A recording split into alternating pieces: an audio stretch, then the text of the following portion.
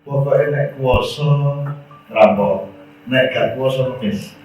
Dan perilakunya cuma dua itu bangsa itu. Jadi penduduknya cuma dua, tiga penduduknya. Satu perampok. Begitu dia berkuasa, idenya selalu ide ngerampok dengan segala variabelnya, ngerampok, merabas, jegal, terus pokoknya tapi dengan segala itunya. Jadi ngerampok. Begitu dia tidak berkuasa, dia idenya langsung ide mengemis dengan segala keindahannya. Ada yang ngemis langsung, ada yang ngemis yang pakai ayat-ayat atau segala macam. Penduduk ketiga, insya Allah kita ini.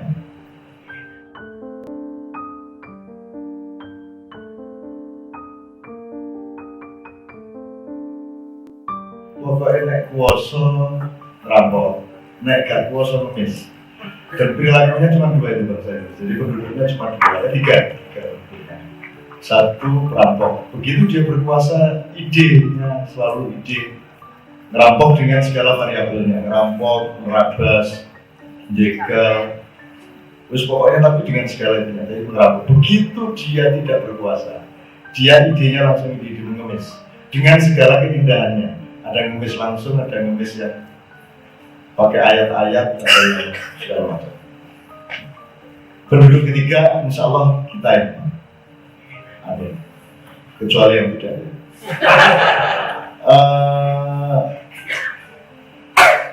Sebenarnya pertanyaan panjenengan dengan seluruhnya tadi seharusnya saya kembalikan kepada dasar-dasar sejarah kita selama berapa tahun, 70 tahun. Sebenarnya menurut saya harus ada perhitungan panjang oleh bangsa Indonesia. Jadi saya punya banyak pertanyaan, hipotesis dan mungkin sedikit prakesimpulan terhadap sejarah kita ini. Termasuk pertanyaan terakhir mengenai kalau bukan negara apa idenya segala macam. Itu mas sedang kita harus riset benar menurut saya. Kita ini selalu saya di forum-forum sana, bangsa Indonesia lahir tahun berapa? Hampir semua menjaga 45. Yang lahir tahun 45 itu negara Indonesia. Tapi bangsa Indonesia lahirnya sudah sangat lama dan harus ada hipotesis dari para ilmuwan seberapa lama Indonesia itu. Harus kita cari, saya nggak mau klaim. Mohon maaf, 3 hari yang lalu saya kedatangan tamu namanya Dr. Anwar Ibrahim. Tiba-tiba nongol ke rumah dan saya agak kaget dan saya agak bingung memperlakukan sebagai siapa dia, mantan perdana menteri, terpidana, terdakwa atau apa teman apa saya agak bingung. Tapi pokoknya sudah tabrak aja. Dan akhirnya kita bersepakat pun seluruh kebencian antara Malaysia dan Indonesia yang terjadi itu kayaknya masalah kecil semua itu. Nanti akan ada zaman di mana kita akan menyatu kembali dan kita akan menemukan formula-formula di mana bangsa kita ini menemukan persatuannya kembali. So, kalau kita mau ngomong ke belakang, kita akan sampai ke Mojopahit, apa sampai ke Singosari, apa sampai ke Kediri kuno, sampai Astinapura, atau bangsa Indonesia sudah lahir sejak zaman Rai Dikatan, Aji Saka, atau yang mana? Sebab watak kita ini ditentukan oleh lamanya peradaban kita. Misalnya bahasa kita itu tidak terlawan. Makanan kita tidak terlawan. Anda makan dari Norwegia sampai Spanyol itu makanannya mirip-mirip saja. Tapi dari sini di Malang toh 3 kampung itu ada cari soto ya lain-lain sotonya. Itu karena kita ini sudah menjadi bangsa yang tingkat kreativitasnya sangat tinggi dan memiliki teknologi internal kepala maupun internal dada. Artinya mentalnya, psikologinya sampai otaknya itu memang unik di bangsa Indonesia. Cuma satu kampung Jombang ada ke Kulon Pasar itu kowe Wetan Pasar kon itu Jombang. Di Kulon Pasar orang dancuk, begitu Anda di sini pasar langsung dancuk. Itu dijaraki hanya oleh jalan yang ada sungai yang kecil itu yang menuju Tenagari. Itu benar-benar ini bahasa luar biasa. Nah, pertanyaan saya adalah, jadi pada saya menjawab parsial, Mbak. Kemudian kita nyicil penelitian, termasuk Muhammadiyah, kenapa tidak ada penelitian sejarah? Misalnya saya tanya, nenek moyangnya Arab adalah Nabi Ibrahim melalui Ismail. Nenek moyang orang Yahudi adalah Ishak yang berbapak Ibrahim juga. Saya tanya, nenek moyang kita itu lebih muda dari Ibrahim atau lebih tua dari Ibrahim? Lebih muda. Ayo kita cari. Kalau lebih muda, apa artinya, apa resikonya? Kalau lebih tua, apa resikonya? Kita harus tahu Nabi Nuh dulu di mana dia lokasinya, misalnya. Kita harus tahu dulu Atlantis itu apa, Gerantia itu apa, Lemurian itu apa, harus kita cari. Dan kalau insya Allah Anda akan menemukan kekaguman kepada nenek moyang kita sendiri. Dari sudut bahasa saja tidak terlambat, bahasa Jawa terutama. Jatuh saja, bahasa Inggris cuma satu, bahasa Arab satu, bahasa Jawa 20 untuk jatuh. Nah, ini drosor, ini nyusap, ini jundel, itu semai. Begitu detail ya, karena kita hidup begitu lama ya nenek moyang kita. Itu setiap kata itu luar biasa banyak. Baru saja sangit, badut, perengus, pesing, asam, bacem, kecut, dan itu tidak bisa dibalik-balik. Itu tidak bisa dirubah-rubah. Kalau kencing itu pesing, nggak bisa ono buah karya bener pesing nggak ono. Dia mangganya ini sudah ada busuk jadi pesing, nggak ada. Kita begitu detailnya, itu mencerminkan peradaban kita begitu luar biasa zaman dulu. Nah kita sekarang berada pada titik paling nadir di mana kita tidak percaya sama diri kita sendiri. Kita tidak percaya, kebudayaan kita sekarang termasuk industri televisi itu potret nomor 1 dari ketidakpercayaan diri kepada bangsa kita sendiri. Metro TV itu punya siaran bahasa Cina. Terus mereka berpikirnya apa? Kan etnik Cina harus kita hormati. Lah terus etnik Jawa sama kayak kok gak siaran kalau Jawa ya. Lu itu jadi Metro. Saya bilang Metro. Metro TV itu punya siaran bahasa Cina. Alasannya karena etnik Cina itu Cina dari dulu, Gus Dur itu Cina, Amin Rais itu Pakistan, Tommy Winata malah orang Sukabumi. Sekarang dia berwajah agak Cina, kita pikir dia Cina. Kalau Pak Amin Rais kita pikir dia Jawa, padahal dia Pakistan. Gus Dur campuran, bukan hanya Jawa dan Arab, sama Jen, sama ini. Gitu Mbak ya. Jadi saya tidak mengatakan tidak mungkin apa-apa, tapi luas. Kita pernah punya penemuan listrik wireless. Kita bisa menggeser hujan, jangan pura-pura nggak tahu. Kita bisa menggeser hujan, kita bisa membatalkan rudal. Kita bisa punya ilmu yang sekarang disebut noetism. Noetik, ya. Itu dari kata kekuatan pikiran, noe itu kekuatan pikiran. Kalau lento itu meleknya dulu. Ya. Ini beneran Mbak, ini beneran. Jadi kalau saya menduga dan saya menghimpun, saya meneliti Mbak, kitab-kitab kuno macam-macam saya teliti, dan saya menemukan loh, ini bangsa kita ini tertua. Bangsa kita ini tertua, kita bisa menemukan kata Java di seluruh dunia. Israel itu turunan kita. Jadi selici-lici orang Yahudi masih lebih licik kakeknya.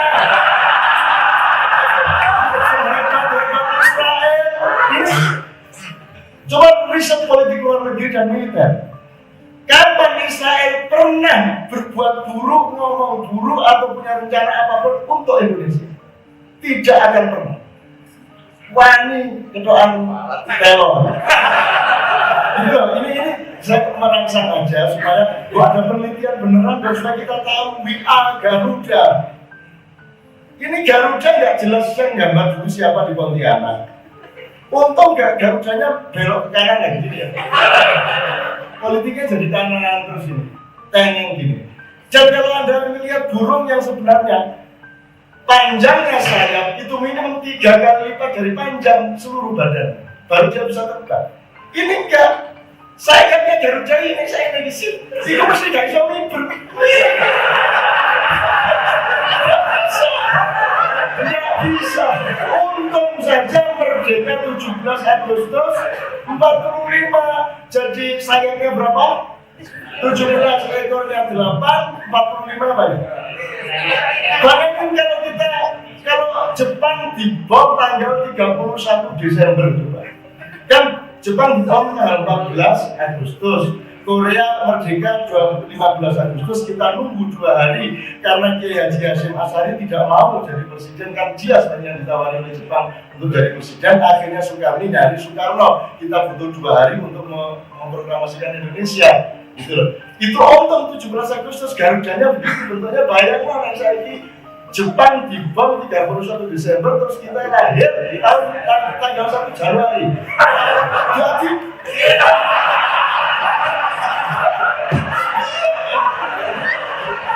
oke, saya nggak berpanjang. Saya cuma, Anda itu jangan seperti TNI yang bilang NKRI harga mati.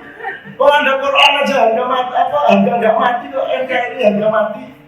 Tidak ada nabi yang pernah bernegara, tidak pernah ada nabi yang jadi warga negara. Rasulullah tidak bernegara.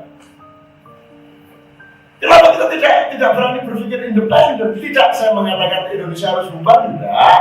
Cuma pikirannya harus berani dong. Tidak pernah ada negara, semua nabi tidak pernah kenal negara.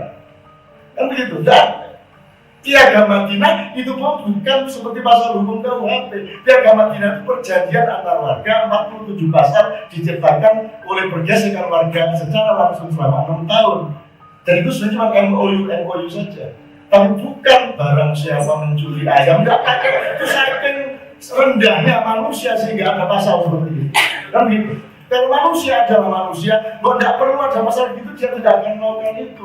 Tapi hukum memang harus ada dari Anda tadi. Hukum memang harus ada. Kenapa? Karena manusia sudah sampai pada taraf yang paling hina dari kemanusiaannya, sehingga untuk tidak nyolong kudu diatur negara. Lah ngono ya. Iki manusia iki nyolong ya. Kira-kira itu, Pak. Tapi ini saya sudah sekaligus menjawab dari yang sudah perkara ini memang ada diperlukan majelis tarjih berfatwa atau bertafsir mengenai menutupi aib saudaramu di dalam Al-Quran.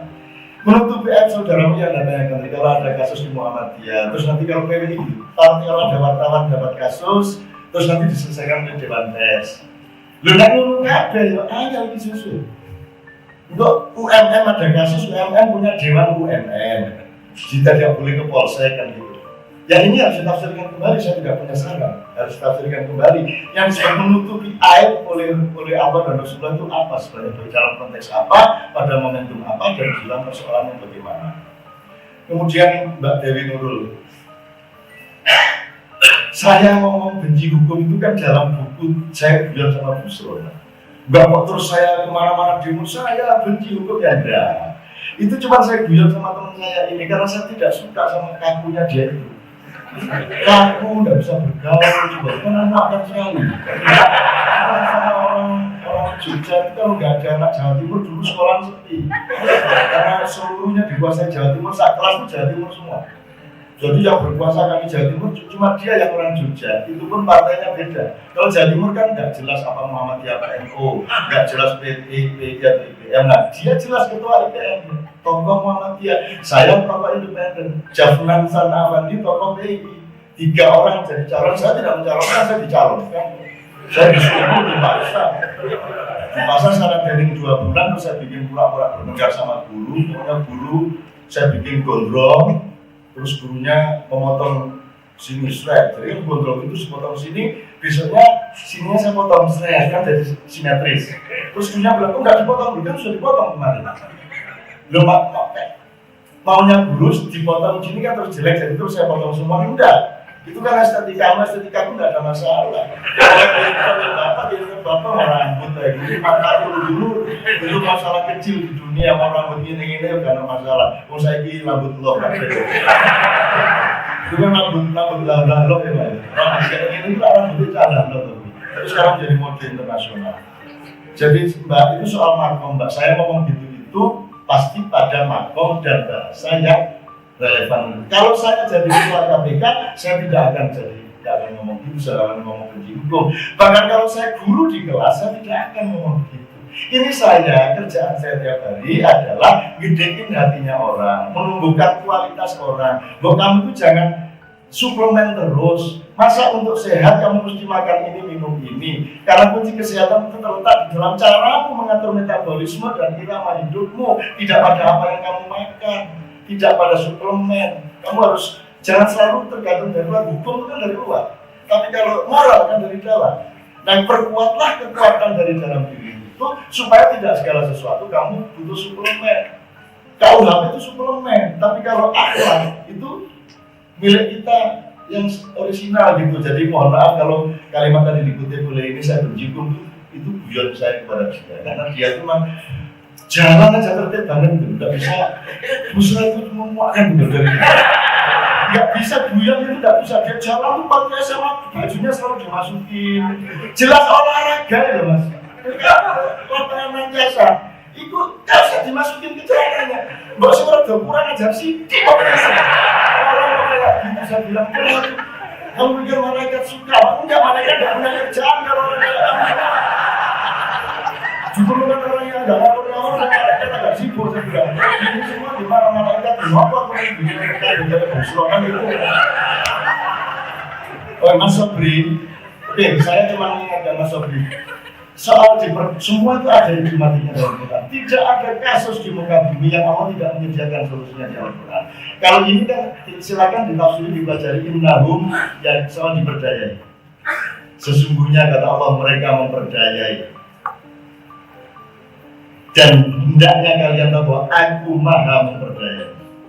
Sekarang aku kasih mereka waktu sejenak, tapi kemudian tunggulah saatnya aku akan memperdayai mereka semua. Innahum yakiduna kaida wa akidu kaida famahilil kafirina amhilhum ruwaida. Kita sedang dalam proses famahilil kafirina sekarang. Nah kita tidak akan bisa merubah Indonesia mas, terlalu besar masalah ini.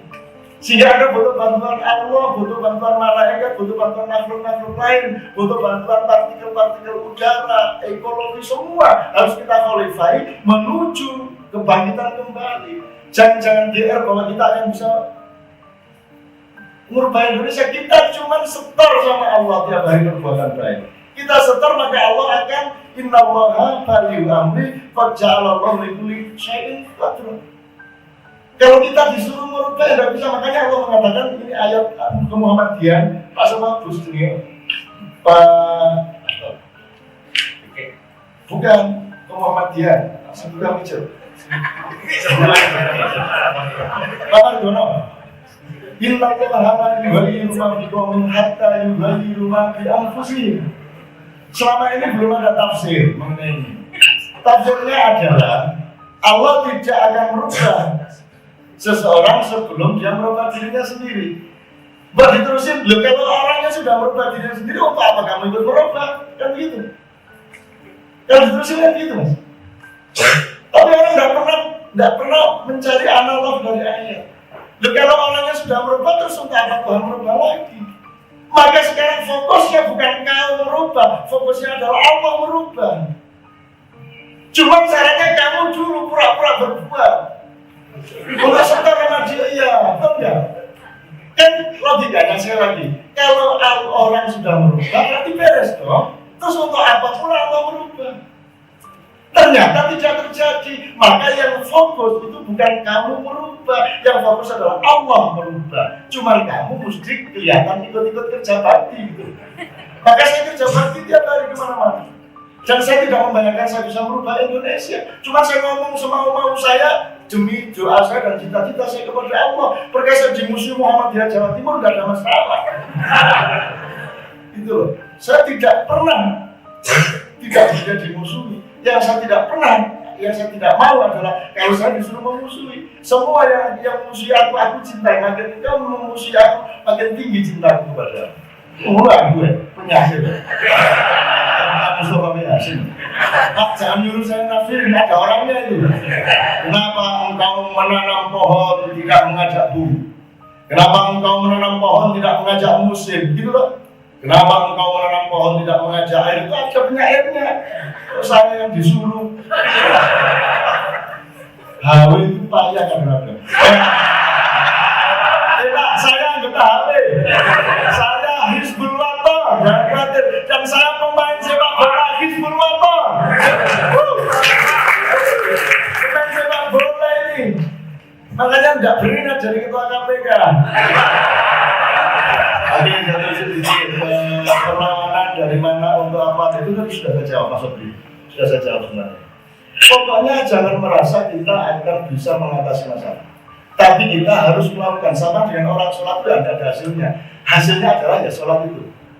Apa terus sholat gajinya tambah, sholat terus pangkatnya tidak ada urusannya. Sholat adalah sholat sebagai part of shiratal mustaqim. Kita lakukan saja seikhlasnya. Saya kesini nih ya saya kesini. titik. Setelah pulang dari sini, saya tidak ingat ini lagi. Saya tugas berikutnya.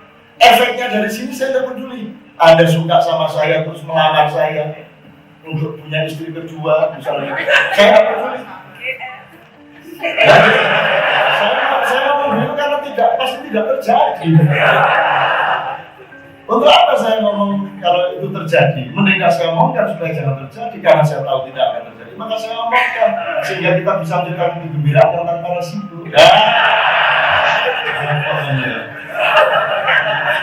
Itu yang masuk dari Pak Bakri dari Bengkulu. Ini saya kira Pak Busro yang menjawab. Cuma begini, kapan korupsi ini akan kira-kira bisa turun atau berakhir? Pak, saya ini bergaul dan dimintai tolong oleh semua segmen, termasuk masyarakat pelacuran di Pasar Kembang, Mbak, di Jogja. Itu saya pengajian di sana. Dan Doli itu, kamu kok tahu?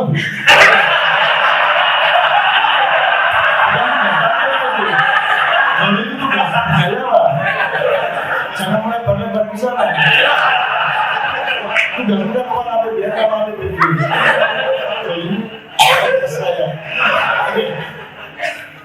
Saya bilang sama teman-teman di sana ya, dan mereka senang ngaji, selawatan, dan Anda jangan kaget ya saya kasih tahu, mereka itu ada yang benar-benar pelacur karena memang senang melacur, ada yang karena sebab sosial, ada karena patah hati, ada karena kepepet ekonomi, ada karena memang mencari nafkah.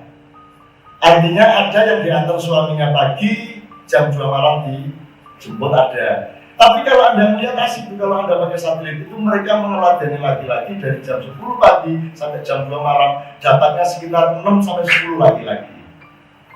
Arti jam 2 mereka mandi besar setelah tahajud. Asik kan itu tadi, sinetron kan bagus itu. Habis ditahajudi terus tahajud sendiri kan itu ya. Karena saya bilang sama mereka, saya tidak bisa nolong kamu, saya tidak bisa mengurangi, saya tidak bisa memberantas pelacuran, pasti. Aku yakin. Bahkan saya tidak mampu mengurangi jumlah pelacur, pasti tidak mampu saya. Tapi insya Allah saya berusaha untuk tidak menambah jumlah pelacur.